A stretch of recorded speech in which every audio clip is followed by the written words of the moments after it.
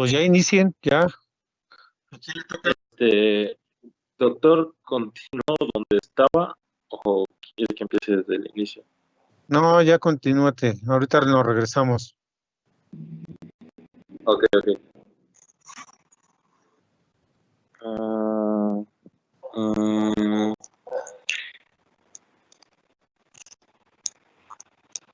Ok, creo que iba en esta parte.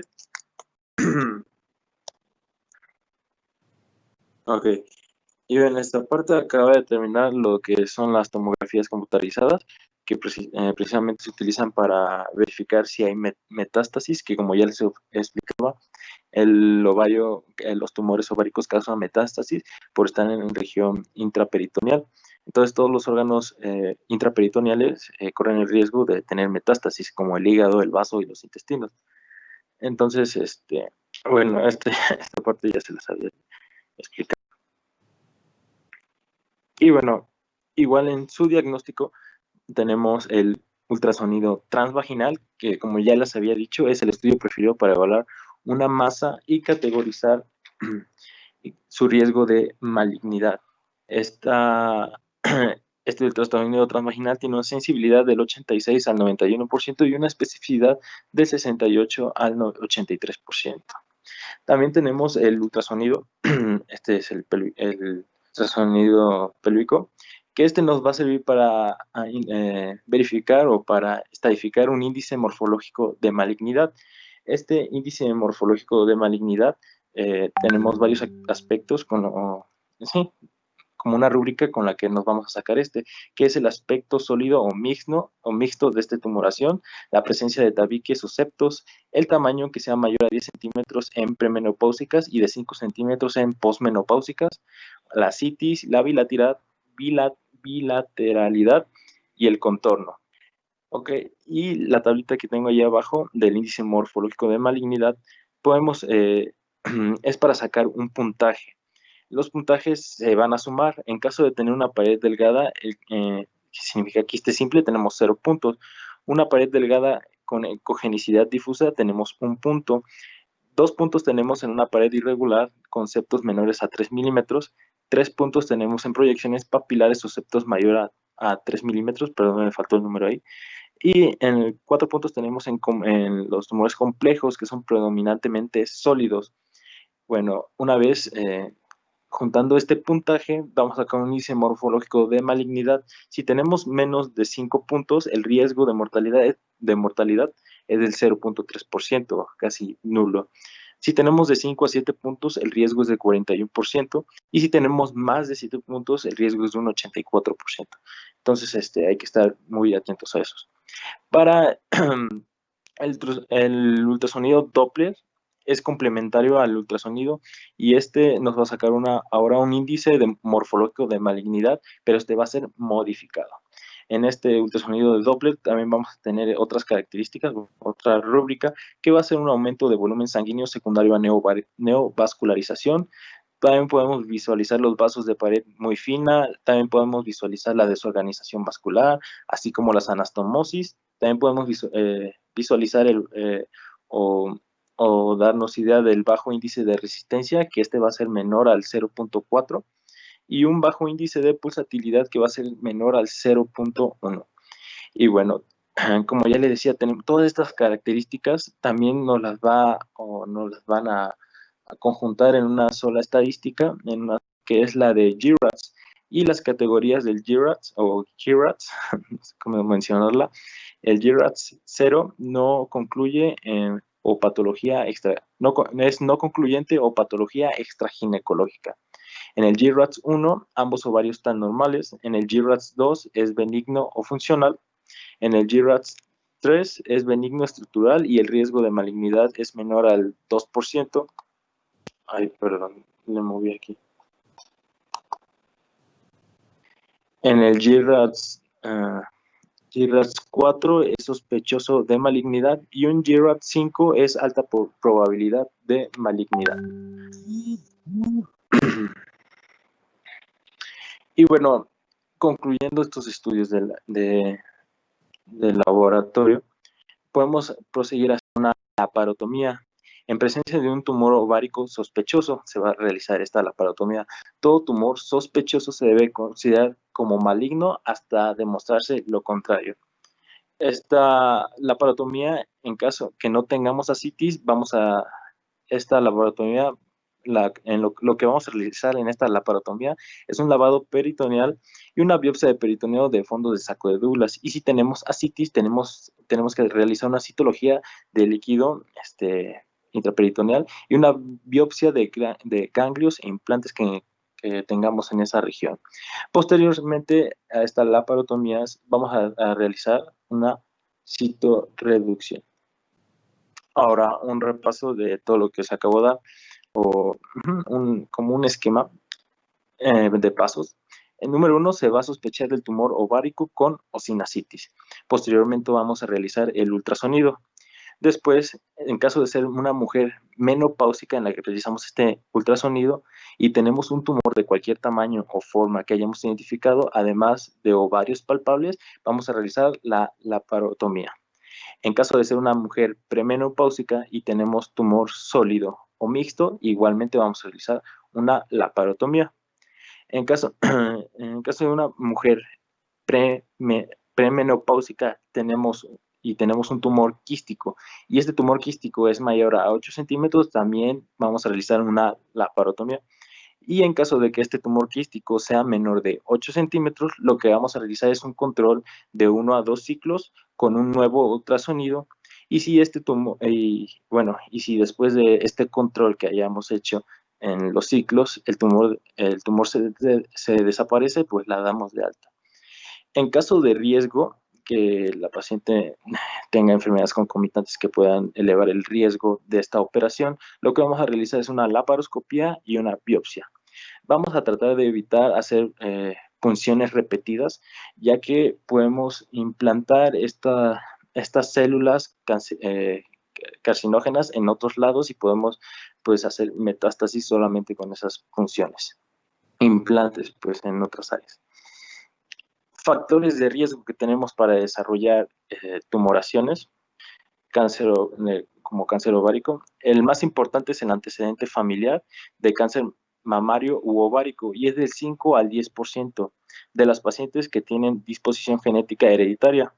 En un 90 a un 95% que no posee vínculo genético identificable para la enfermedad, la mayor parte de los factores de riesgo se relaciona con un patrón de ciclos ovulatorios sin interrupción durante años reproductivos. En el cuadro de la derecha tenemos los factores de riesgo para el desarrollo de cáncer ovárico epitelial, que es la nuliparidad, una menarquía temprana, una menopausia tardía, que sean caucásicas, que sean mujeres de edad avanzada o menopáusicas, como se los había dicho, que sean residentes en Estados Unidos y del norte de Europa, que tengan el antecedente familiar, heredofamiliar genético, como ya se los había mencionado, los genes BRCA1 y BRCA2, antecedente personal también de cáncer mamario y antecedentes étnicos, judíos, europeos, islandeses y húngaros. Y bueno, estos tumores ováricos se van a clasificar en epiteliales superficiales, en estromáticos de condor sexual y de células germinales. De epiteliales tenemos una incidencia del 75%, en germinales el 15%, estromáticos el 5% y otros en un 5%. A esto me refiero a tubáricos, paratubáricos, a peritoneales. Y bueno, dentro de los superficiales estromáticos tenemos al seroso, al mucinoso, endometroide, al de células claras, de células de transformación. Y había otros dos, pero creo que no venían en la imagen, pero sí se los voy a mencionar. También tenemos en los estromáticos, en esa clasificación tenemos los de células de la granulosa, los tecomas, los fibromas, los de células de Sertoli, células de Sertoli-Leydig y esteroideas. Y en las células germinales tenemos el disgerminoma, el de saco vitelino, el carcinoma embrionario, el cariocarcinoma y el teratoma. Para el cáncer de ovárico epitelial, para gradearlo, un grado histológico, en general los tumores se clasifican como lesiones. En grado 1 están bien diferenciadas, el grado 2 tienen una diferenciación moderada y en grado 3 están mal diferenciadas. como en el cuadro de la derecha, tenemos una clasificación histológica de cáncer ovárico, de epitelial, ya se los había mencionado un rato, adenocarcinoma seroso, mucinoso, endometrial, que a su vez se subdivide en otros tipos, como el endometrial se divide en adenocarcinoma y en tumor de Müller mixto maligno, y tenemos también adenocarcinoma de células claras, tumores de células transicionales, como el tumor maligno de Brenner, carcinoma epidermoide, carcinoma mixto, el indiferenciado y el de células pequeñas. Ok, vamos a empezar primero con el adenocarcinoma seroso. Más del 50% de los cánceres ováricos epiteliales tienen características histológicas serosas. Desde el punto de vista macroscópico, muchas células simulan epitelio tubario o tumores bien diferenciados a células anaplásicas con atipia nuclear pronunciada en los tumores poco diferenciados. En estos cortes histológicos vamos a poder diferenciar cuerpos somomas. Son básicamente patognomónicos de un carcinoma seroso tipo ovárico. En la imagen izquierda se visualizan los cuerpos samomas. No puedo hacer que se vea mi cursor, pero son fáciles de identificar. Las partes más oscuras, esas grandes, esos son los cuerpos samoma y son los que son un dato patognomónico de este adenocarcinoma seroso. Vamos a continuar con los tumores mucinosos, y que estos tumores mucinosos son cerca del 5 al 10% de los cánceres ováricos epiteliales verdaderos, y son adenocarcinomas mucinosos. Los tumores ováricos mucinosos bien diferenciados se parecen mucho a los adenocarcinomas secretores de mucina de origen intestinal y endocervical. Estos carcinomas ováricos mucinosos avanzados son raros y tienden a ser resistentes a la quimioterapia con platino, y su pronóstico es más sobrio que el de los tumores serosos, el que acabamos de ver anteriormente. En la imagen que tenemos ahí, el corte histológico, vemos hay una flechita ahí que se pueden identificar, está muy chiquita, pero ahí podemos ver cómo este tumor mucinoso invade el estroma. Ahí podemos ver, nada más que no se los puedo señalar bien, pero ahí vemos una invasión del estroma.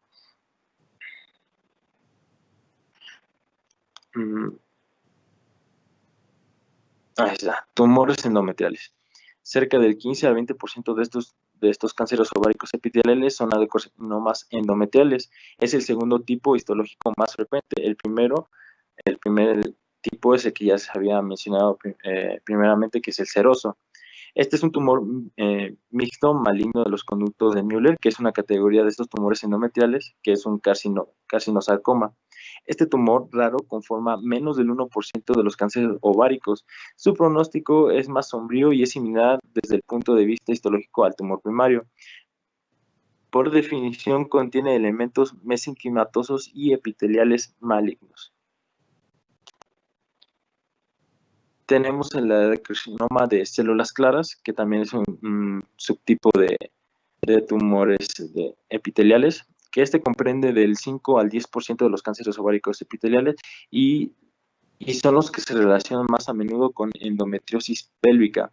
De manera típica, estos tumores se encuentran confinados al ovario y por lo general se curan con intervención quirúrgica, como la mayoría de los tumores que les voy a mencionar. Pero sin embargo, un 20% que se manifiesta como cáncer avanzado tiende a ser resistente al platino y conlleva un pronóstico más sombrío que el del carcinoma seroso. Me refiero sombrío a un peor pronóstico, por así decirlo, que el carcinoma seroso, que es el más común. Tenemos también los tumores de células transicionales. De estos tumores de células transicionales tenemos el tumor maligno de Brenner, que se caracteriza por la coexistencia de un carcinoma de células transicionales mal diferenciado y focos intercalados de un tumor de Brenner limítrofe o benigno. Estos tumores se caracterizan por un estroma fibroso denso, inusualmente abundante, con nidos incrustados de epitelio de transición. Dentro de esta clasificación de tumores de células transicionales también tenemos al carcinoma. Constituye un 5% de los cánceres ováricos y desde un punto de vista histológico, tal tumor se caracteriza por una ausencia del componente de Brenner. Desde el punto de vista microscópico, tiene un patrón inmunoreactivo que concuerda con su origen ovárico. Otro, otro subtipo tenemos el carcinoma epidermoide, que se encuentra en casos muy raros. Es un tumor ovárico que se clasifica como carcinoma epidermoide primario. Estos carcinomas derivan de teratomas quísticos maduros y se clasifican como tumores ováricos malignos de células germinales. Mm, Ajá. En otros casos, las variantes endometrioides ováricas tienen una extensa diferenciación epidermoide y hay metástasis de tumor cervicuterino primario. Otro subtipo de tumor es el carcinoma mixto, que este se presenta cuando hay un 10% de cáncer, cuando más del 10% de un cáncer ovárico presenta un segundo tipo celular, se clasifica como un tumor mixto. Las combinaciones más frecuentes que se pueden llegar a encontrar incluyen los adenocarcinomas mixtos endometroide y de células claras o seroso y endometroide. Otro tipo es el carcinoma indiferenciado, que estos son tumores ováricos epiteliales que son muy poco frecuentes, diferenciados, que no pueden clasificarse en tipos müllerianos ya descritos. Entonces, este estudio microscópico de células está dispuesta en grupos sólidos u hojas con abundantes figuras mitóticas, atípicas, citología marcada. En general, hay focos de carcinoma mulleriano casi siempre seroso dentro de un tumor. A menudo los carcinomas indiferenciados del ovario tienen mal pronóstico. Esto es característico. Un carcinoma indiferenciado tiene mal pronóstico en comparación con los otros tipos histológicos que ya les mencioné. Y por último, este último tipo de tumoraciones de células epiteliales, tenemos al carcinoma de células epiteliales pequeñas, que estos son muy poco comunes a comparación de los demás. La mayoría de los pacientes tienen un tipo hipercalcémico. Esto es lo característica a este carcinoma, la hipercalcemia, por lo que por lo general surge en mujeres jóvenes durante el tercer decenio de edad. Casi todos estos tumores unilaterales y 66 son unilaterales y un 66% acompaña concentraciones altas de calcio sérico, que se cura después de una intervención quirúrgica. En general, los pacientes con carcinoma de células pequeñas mueren antes de 2 años por la progresión rápida de esta enfermedad. Pero entonces, como decían, lo característico de este carcinoma es la hipercalcemia. Y bueno, aquí tenemos la estadificación de FIGO para determinar en qué estadio se va a encontrar la tumoración que hemos hallado. Tenemos 4 estadios. En el estadio 1 tenemos un tumor limitado a los ovarios y tenemos subtipos, el 1A, el 1B, el 1C. Bueno, no se los voy a mencionar porque sería demasiado extenso, son solamente características, pero les voy a mencionar del estadio cada uno, bueno, lo más importante. Del estadio 2, el tumor va a abarcar uno o ambos ovarios con extensión pélvica. En el estadio 3, el tumor abarca uno o ambos ovarios con implantes peritoneales confirmados por medio de análisis histológico fuera de la pelvis y o ganglios linfáticos regionales positivos. La metástasis hepáticas superficiales son de estadio 3. El tumor, al aparecer, se delimita a la pelvis verdadera, pero se observa extensión maligna histopatológica hacia el intestino delgado o el epiplón. Y en el estadio 4, el tumor abarca uno o ambos ovarios con metástasis a distancia. La estadificación laparoscópica es específicamente útil como tratamiento primario en las mujeres con cáncer de ovario en estadio 1. Por otro lado, las mujeres que no han sido clasificadas se pueden estadificar por medio de una laparoscopia. En general, para la estadificación laparoscópica se pueden realizar todos los procedimientos necesarios. Esta clasificación que les acabo de mostrar se va a estadificar por una laparoscopia.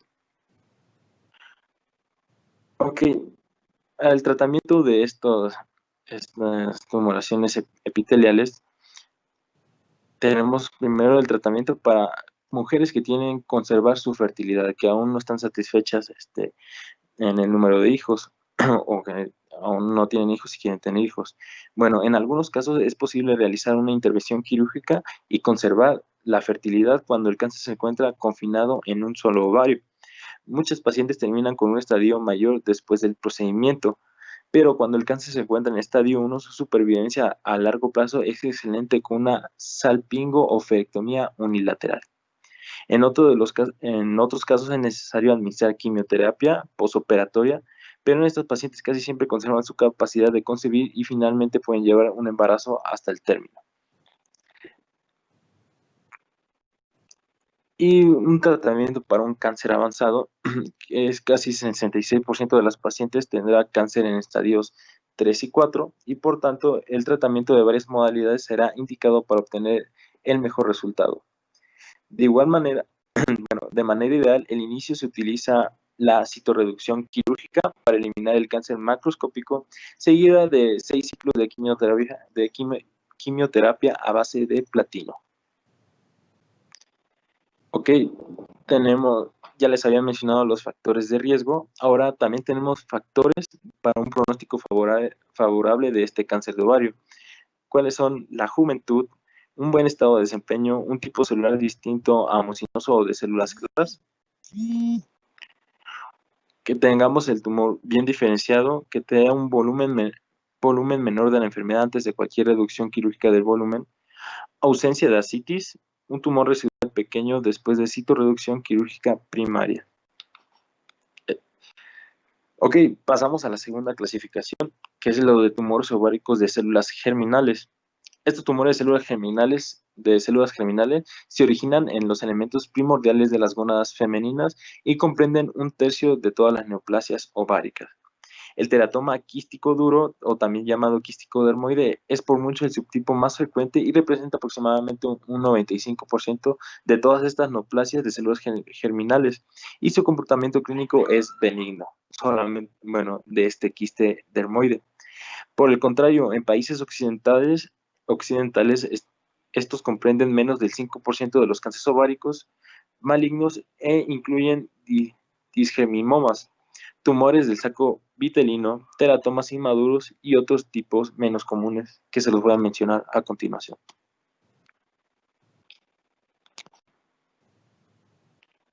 Ok, hay 3 rasgos típicos que distinguen a los tumores malignos de células germinales de los cánceres de ovárico epiteliales, que es la clasificación anterior que les acabo de decir.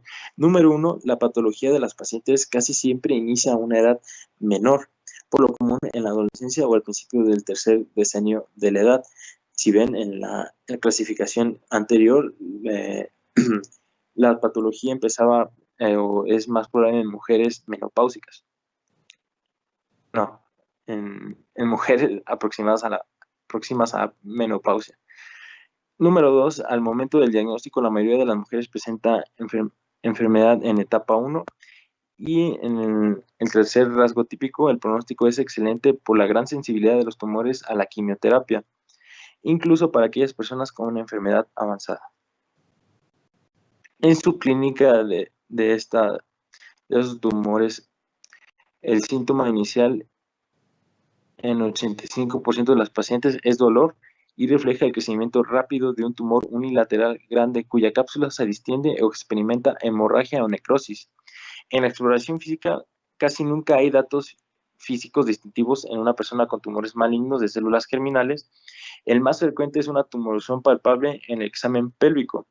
El resto de la exploración física debe enfocarse a buscar signos de ascitis, derrame pleural y organomegalia.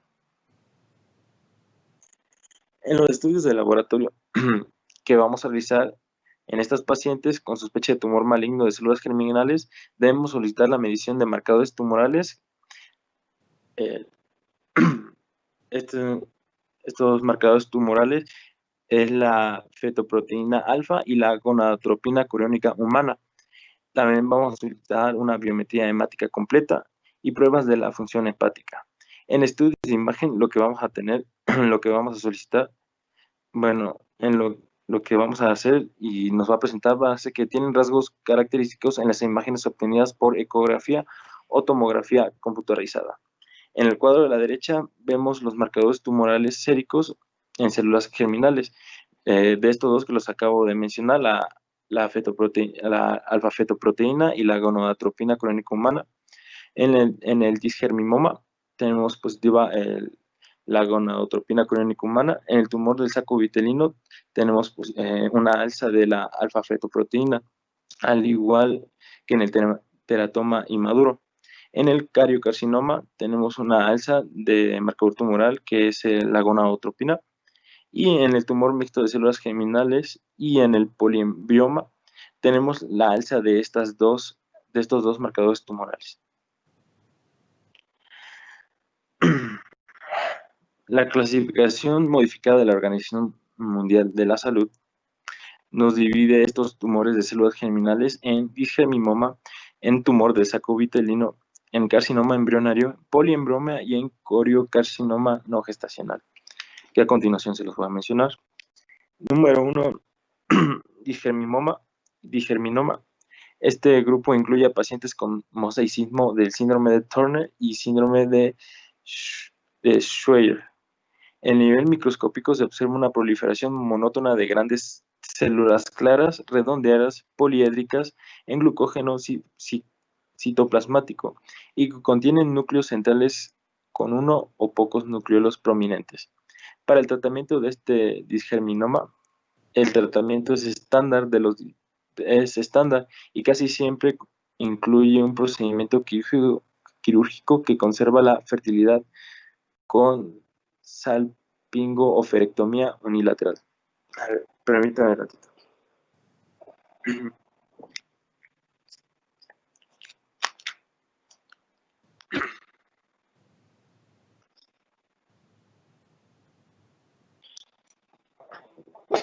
Ok, perdone, continuamos.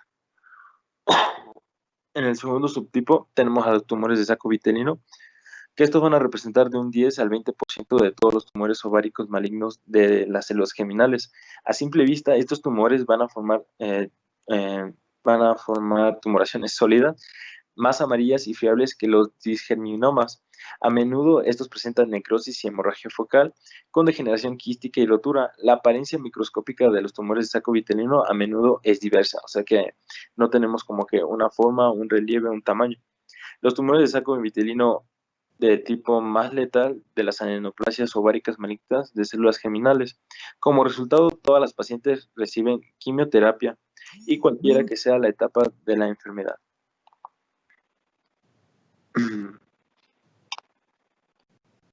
Para su tratamiento tenemos la cirugía, que se recomienda una incisión abdominal vertical si se sospecha de una neoplasia ovárica maligna. Esa es una laparotomía. Vamos a hacer una laparoscopia, que es una alternativa segura y eficaz para mujeres con pequeñas tumoraciones ováricas y en enfermedad en etapa 1 aparente. Por lo general se recomienda cirugía citorreductora para los tumores ováricos malignos de células germinales cuando se encuentran compromiso extenso en la operación inicial. Vamos a realizar quimioterapia en los disgerminomas en etapa 1A que no requieren quimioterapia adicional, solo la enfermedad más avanzada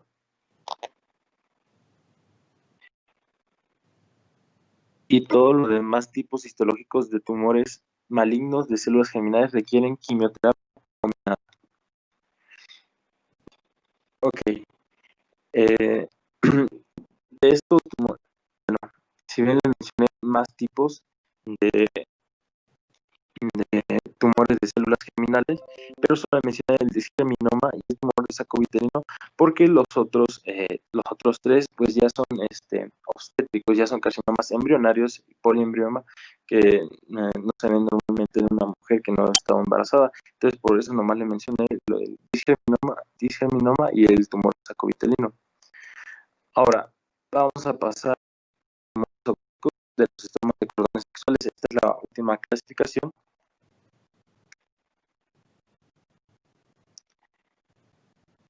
Y bueno, estos tumores ováricos son un grupo heterogéneo de neoplasias poco comunes que se originan en la matriz ovárica. Las células de esta matriz tienen la capacidad de producir hormonas y casi 90% de las neoplasias ováricas que producen dichas moléculas son tumores de cordones sexuales. Como resultado, las manifestaciones clínicas incluyen signos y síntomas de exceso de andrógeno, como ya los habíamos visto en síndrome de poliquistosis ovárica. De hecho, es como un diagnóstico diferencial de estos tumores, ya que vamos a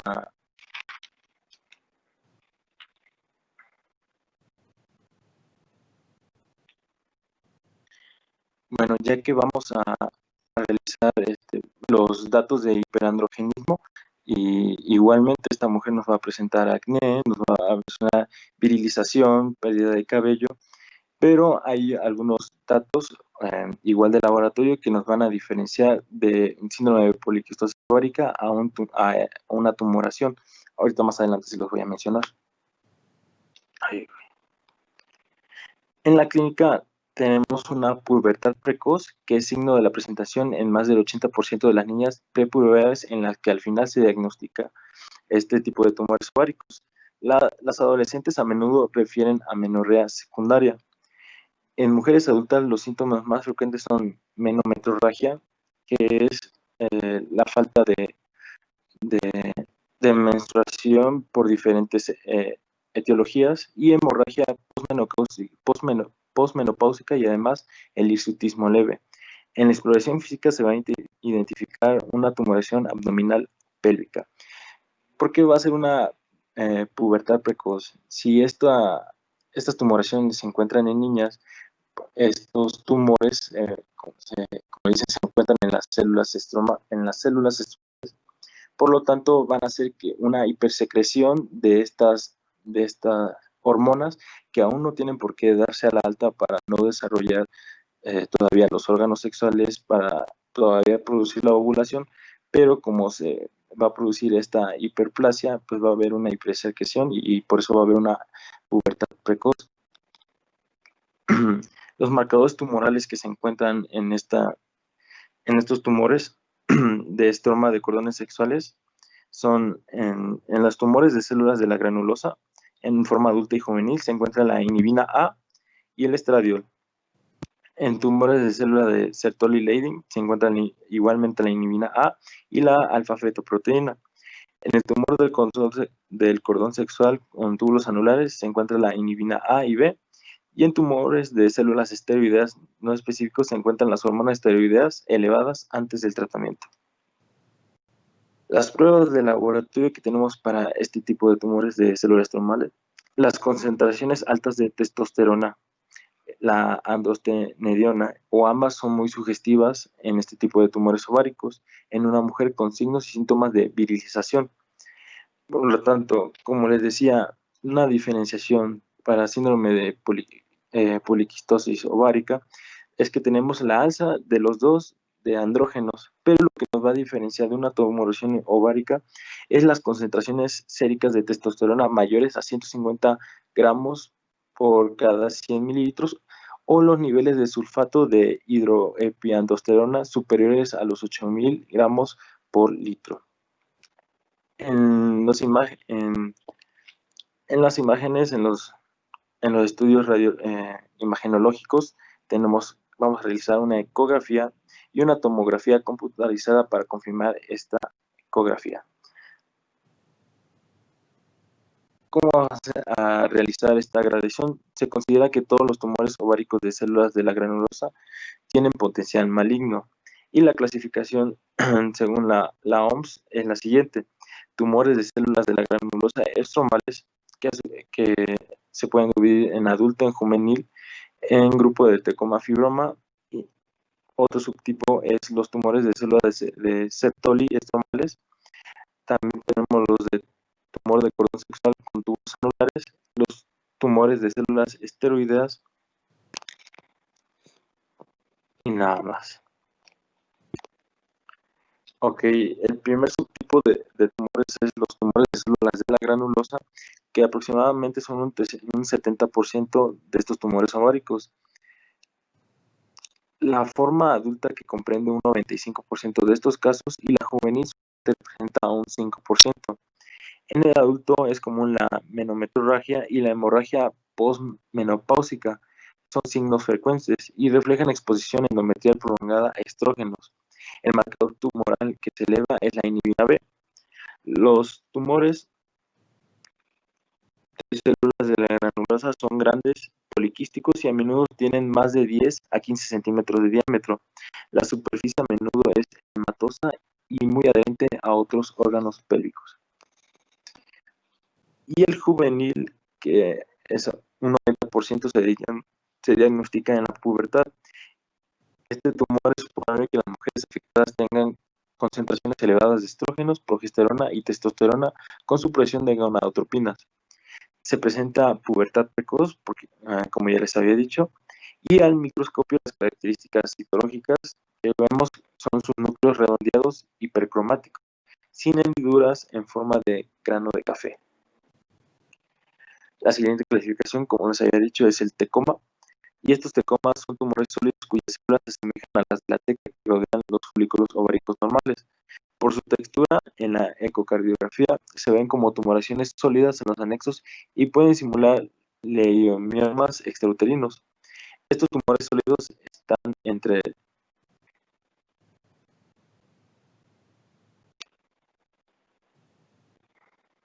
Perdón, silencié mi micrófono. Estos tumores sólidos están entre este tipo de tumores de mayor actividad hormonal y casi siempre producen un exceso de estrógenos. Otros subtipos son los fibromas y fibrosarcomas, que no tienen actividad hormonal y casi siempre se desarrollan en mujeres perimenopáusicas y menopáusicas. Se originan en las células fusiformes productoras de colágeno del estroma y son tumores sólidos redondos, ovales, ovulados relacionados con líquido libre o menos a menudo con ascitis franca. Su vascularidad es de mínima a moderada. Tenemos los tumores de células de Sertoli-Leydig. Estos tumores representan aproximadamente el 5 al 10% de estos tumores de células estromales. La edad promedio es de 25 años. Estos tumores producen hormonas esteroideas sexuales que por lo general son andrógenos, como ya les había dicho, y tienden a ser grandes al momento de la extirpación con un diámetro aproximado de 13 centímetros.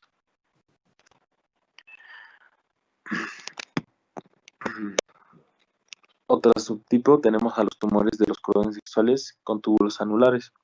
Estos tumores representan el 5% de los tumores de células estromales y se caracterizan por túbulos con forma de anillo.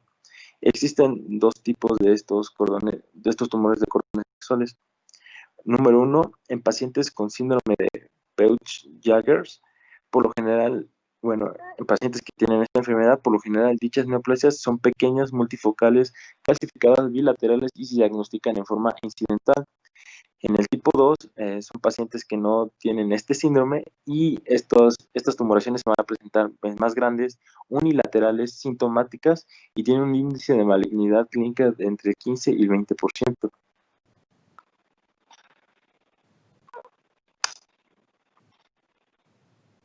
Ok, el tratamiento general para esta clasificación de tumores estromales, la base del tratamiento para los pacientes es una resección quirúrgica y prácticamente se rebaja eso porque estos tipos de tumores son muy inestables y entonces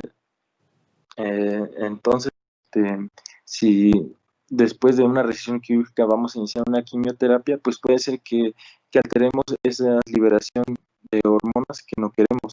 Entonces es muy importante en la resección quirúrgica eliminar todos los tumores identificables en lo más mínimo. En aquellos que completaron la procreación se realiza una histerectomía con salpingo-orofectomía bilateral y el pronóstico en general de este tipo de tumores ováricos tiene un pronóstico mucho mejor que los carcinomas ováricos epiteliales.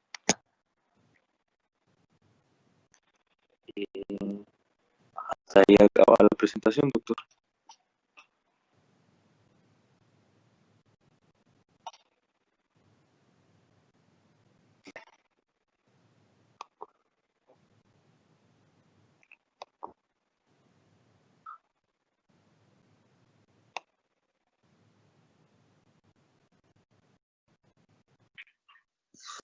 ¿Tienen alguna duda con el tema?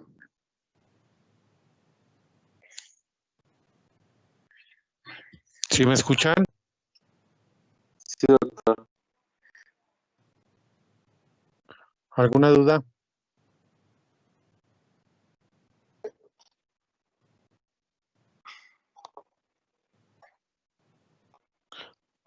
¿Nadie? Yo sí.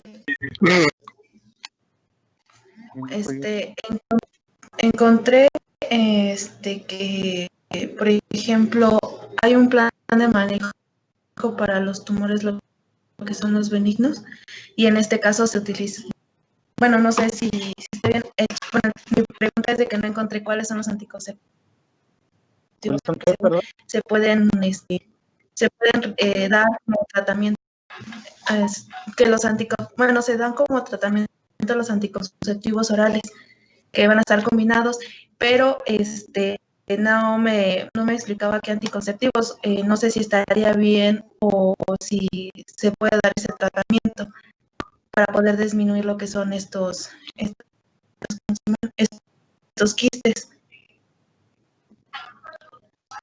Pues generalmente no se manejan hormonales. Recuerden que de los tumores ováricos benignos, ¿cuáles son los más frecuentes? Los quistes simples, los teratomas y obviamente la variedad de los teratomas que es benigna. Y la mayoría de ellos, pues, ¿cuál es el límite para decir que un tumor benigno de ovario es quirúrgico?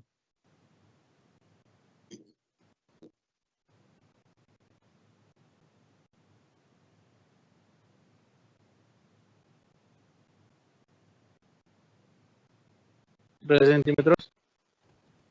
¿Perdón?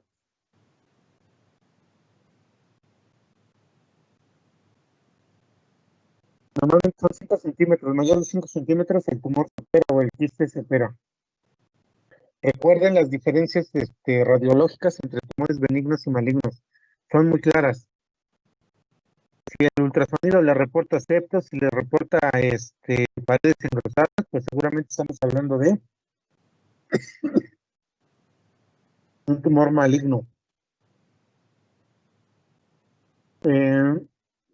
Y finalmente les digo, esos tumores benignos después de 5 centímetros son operables todos.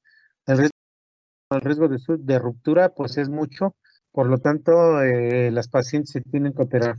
Es muy común que los radiólogos reportan tumores o quistes simples de 2 o de 3 centímetros y que las pacientes se angustian. Tenemos que informar adecuadamente a las pacientes en relación a que antes de llegar a los 5 centímetros de tamaño los quistes, pues solo se vigilan con ultrasonidos cada 6 meses. Estamos vigilando qué tanto crecen. Y en ese sentido, bueno, pues una vez que rebasan los 5 centímetros, la paciente se opera. Con relación a los tumores malignos, bueno, ¿cuáles son los más frecuentes en relación con los epiteliales?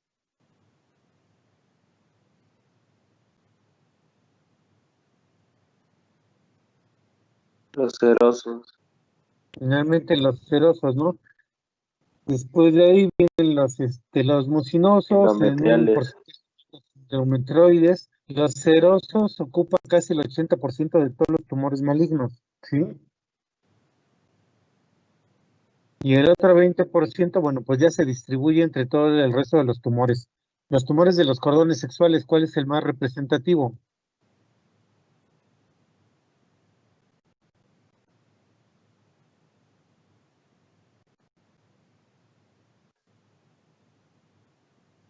¿El de Sertoli y Lady? ¿No? Uno es el de Sertoli y el otro es el de la granulosa, ¿de acuerdo? Y de los germinales, ¿cuál es el más frecuente?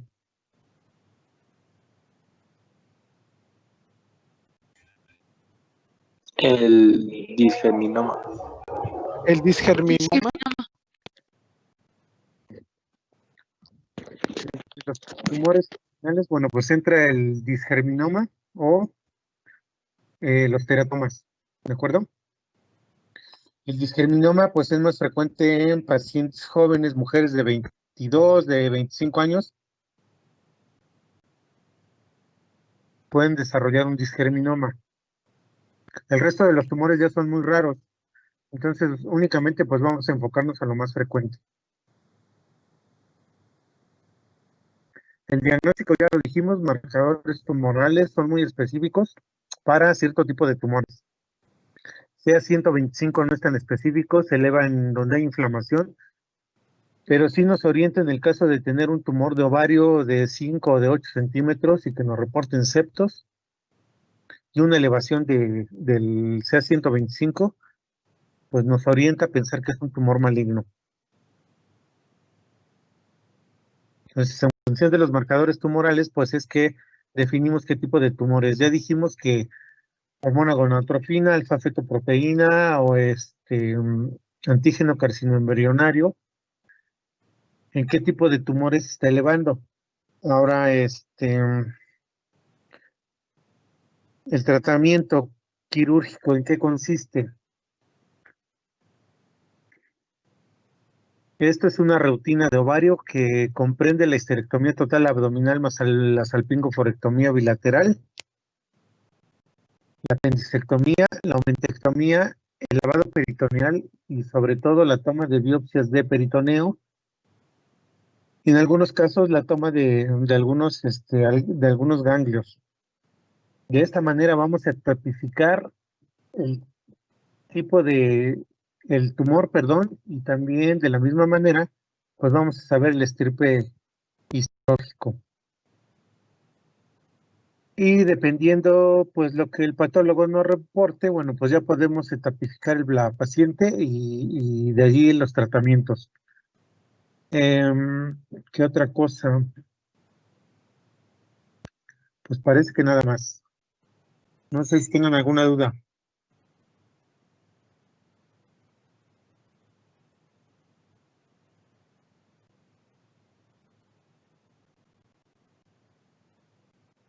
No.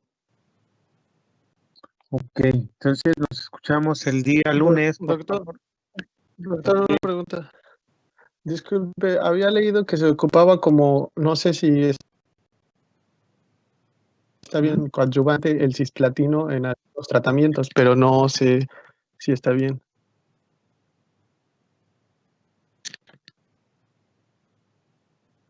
¿Se me escuchó? Finalmente, la quimioterapia, el cisplatino, Ajá. pero recuerden que tenemos que estadificar bien a las pacientes. Eh, Se recomienda la parotomía posteriormente de haber hecho la rutina de ovario con la finalidad de explorar nuevamente la cavidad abdominal y corroborar o descartar la presencia de metástasis hacia algún otro órgano. Eso sí es más frecuente, hacer una laparotomía de segunda vista o de seguimiento para las pacientes. Y lo más importante, pues ya les decía, el tratamiento es a base de quimioterapia, en algunos casos radioterapia y y pues básicamente pues es todo esto reductivo y a veces para seguimiento. ¿Algo más?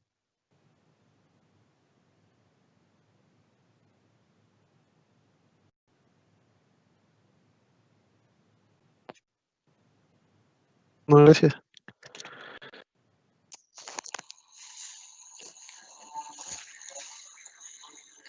Bueno, si no hay ninguna duda, nos escuchamos el lunes.